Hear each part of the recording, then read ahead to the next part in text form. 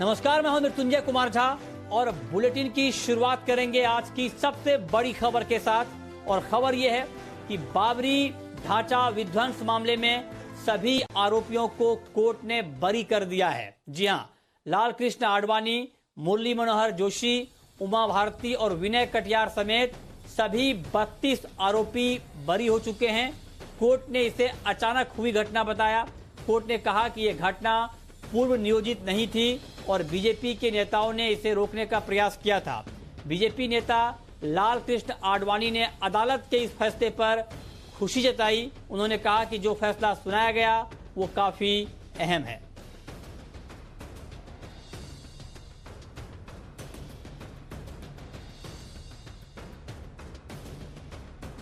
Special court का आज का जो निर्णय हुआ है वह अत्यंत महत्वपूर्ण है और हम सब के लिए बहुत खुशी का प्रसंग है।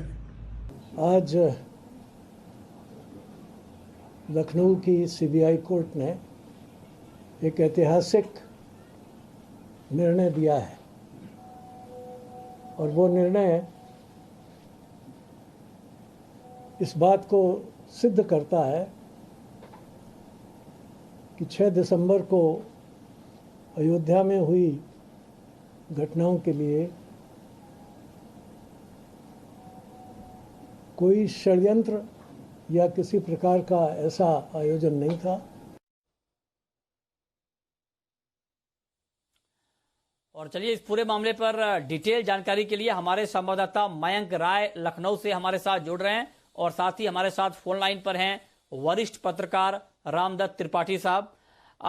मयंक, सबसे पहले मैं आपके पास आना चाहता हूं, कोर्ट ने और क्या क्या कहा है और पूरा वाकया किस तरह से रहा है। आप चूंकि वहां पर मौजूद थे तो बताएं कि जब ये फैसला सुनाया जा रहा था तो किस तरह का माहौल था वहां।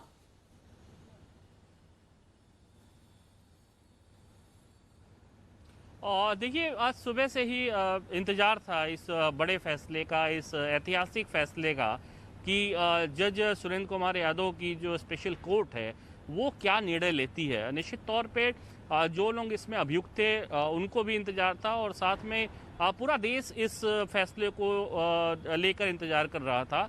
आज ये पहले तय हो गया था कि इस मामले में जो फैसला आना है केवल उसका सारांश जो है, जो उसका पूरा निचोड़ है वो पढ़ा जाएगा। यानी जो पूरा एक जजमेंट तैयार किया गया उसको पढ़ने की बजाय, क्योंकि वो पहले से ही इस पे फैसला तय हो गया था और आज उसकी तारीख थी जिस पे फैसला सुनाना था, तो कोर्ट ने जो अपना फैसला दिया आज उसमें 4-5 बातें रही महत्वपूर्ण। खास तौर पे अगर हम बात करें तो कोर्ट ने ये कहा कि इस पूरी घटना में कहीं भी कोई इस तरह की बात सामने नहीं आ पाई जिसके बिना पे ये कहा जा सके कि ये एक सुनियोजित कार्य था और इसको प्लानिंग के तहत अंजाम दिया गया। इसके कहीं से भी कोई सबूत नहीं मिले।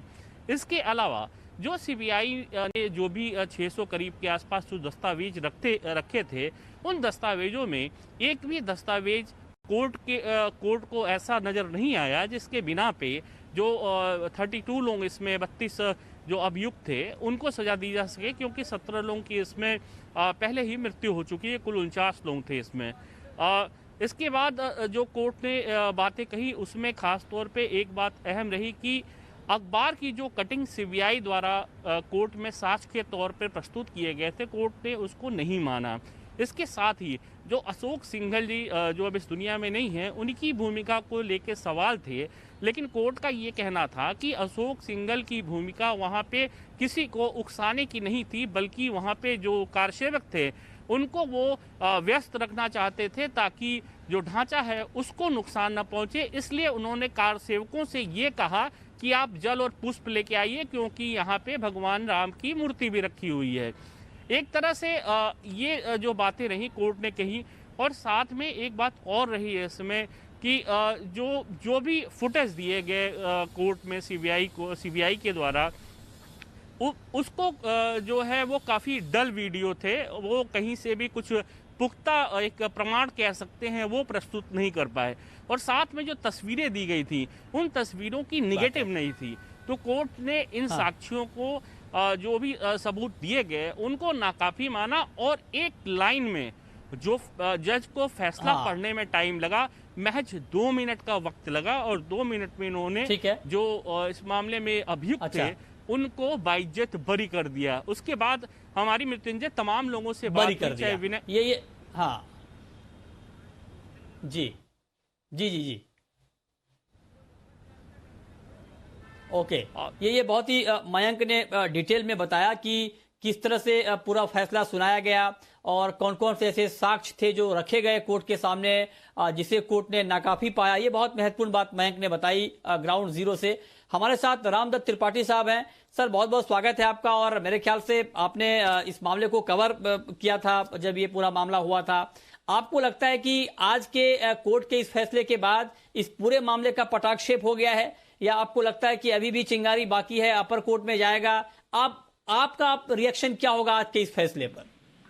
देखिए, मेरा कोई पर्सनल रिएक्शन नहीं है। अब के सीबीआई को सरकार अगर अनुमति देगी तो इस फैसले की समीक्षा के बाद सीबीआई पर निर्भर करता है कि वो सरकार से अनुमति मांगे हाई कोर्ट में अपील के लिए। और दूसरा पक्ष एग्रीव्ड पक्ष है, वो लोग भी अप्रोच कर सकते हैं हाई कोर्ट में कि भाई इसके खिलाफ अपील के लिए। एक तो रही ये बात। दूसरी बात, देखिए इसमें जजमेंट में काफी बड़ा जजमेंट है और इसमें 2-3 बातें बड़ी इम्पोर्टेंट है। एक तो ये है कि भाई कॉन्स्पिरेसी जनरली डायरेक्ट एविडेंस कभी नहीं होता है। कॉन्स्पिरेसी का जो सर्कमस्टेंशियल एविडेंस होता है उसके आधार पर कोर्ट को इन्फ्लुएंस ड्रॉ करना पड़ता है। तो हो सकता है कॉन्स्पिरेसी का सबूत पर्याप्त नहीं था। दूसरी बात ये हो सकती है कि जो भड़काऊ भाषण के बारे में एक बात ये नहीं समझ में आई कि जब टेप या वीडियो या फोन या कैमरा नहीं थे तब भी आखिर कोई न कोई तो एविडेंस का तरीका है। तो सबसे बड़ा चश्मदीद गवाह और मौके गवाहों का भी साक्ष्य होता है। उसके बारे में कोर्ट ने क्या व्यू लिया अभी ये देखना पड़ेगा।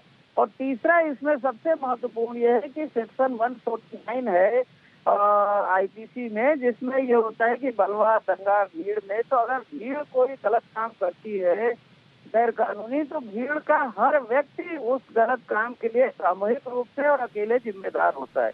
तो ये नहीं समझ में आया कि भाई मस्जिद तो वहाँ तोड़ी गई, इसमें तो कोई दो राय नहीं, वहाँ दंगा हुआ, घर जलाए गए, जानमाल का नुकसान हुआ, संपत्ति जो तोड़ी गई, तो आखिर भीड़ में जो लोग फिजिकली वहाँ मौजूद थे तो उनको क्यों नहीं दोषी पाया गया? तो अब सीबीआई या तो नए सिरे से पता करे कि मास्टरमाइंड कौन है, दोषी कौन है। हाँ ठीक बात है। आप कह रहे हैं कि हो सकता है कि ये मामला आगे और बढ़े, लेकिन तत्काल तो यही है बड़ी बात कि सीबीआई कोर्ट ने सभी आरोपियों को बरी कर दिया। बहुत शुक्रिया रामदत्त त्रिपाठी जी आपका और मयंक आपका हमारे साथ जुड़ने के लिए और इस खबर पर विस्तार से बात करने के लिए।